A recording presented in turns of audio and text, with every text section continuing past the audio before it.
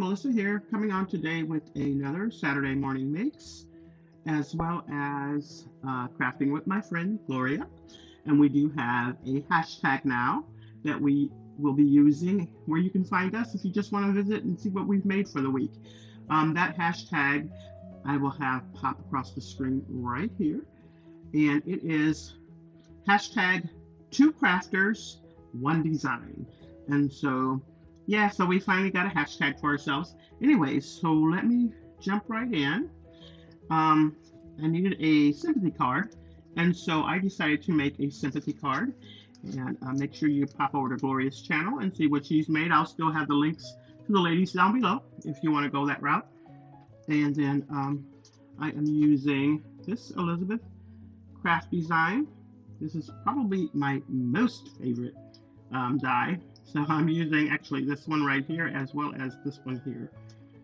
And then love this tag, paper tray ink, and it's called Quilted Tag Die, if I'm not mistaken, if you want to look for that.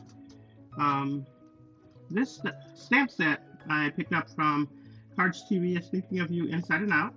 I wanted to use this Thinking of You, but it was a little bit too big for what I was hoping for. But I am using this with Deepest Sympathy for Your Loss, and the Thinking of You I picked up from here. So that's what I'm using. This is the stamp set and die that we chose this week, which was from My Creative Time here, and then oops, the die set is in there. So yeah, let me just show you a little bit. Okay, so and I also use Versamark watermark stamp pad for the stamping back there, as well as embossing. This is the embossing powder that I use. So this card is inspired by one of My Creative Time designers. So I went over to her blog to get some inspiration. Loved what that designer did with her background paper, so that's what I did.